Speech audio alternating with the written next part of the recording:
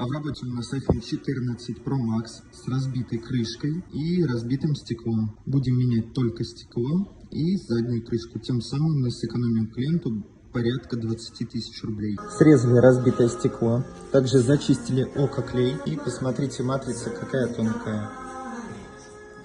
Осталось склеить с новым стеклом, также установить рамку, заменить крышку также на телефоне и собрать аппарат. iPhone 14 Pro Max готов. Заменили стекло экрана, также заменили крышку. Установили премиальное защитное стекло, и все это с гарантией 1 год.